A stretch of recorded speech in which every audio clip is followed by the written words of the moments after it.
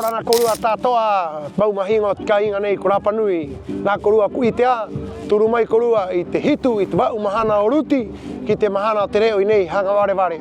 Ai korua, ka ui rā koe, ai roa rae hapi a te raua patautau, te raua ori mora mahana. Rā kei korua, ka ui korua haati a korua kona angaira, turu mai hoi mataitai, pe he, te ngā poki hakararama nei, i te raua patautau, i hapi ai e raua, i te matahiti nei. Oh, he, ho! Y orana a toda la comunidad, cordialmente invitados a venir al Mahana Otreo el día 7 y 8 de noviembre. ¿Sí? Hagan todo lo posible para no perderse esta espectacular ceremonia del Mahana Otreo que busca revitalizar y fortalecer la lengua Rapanui.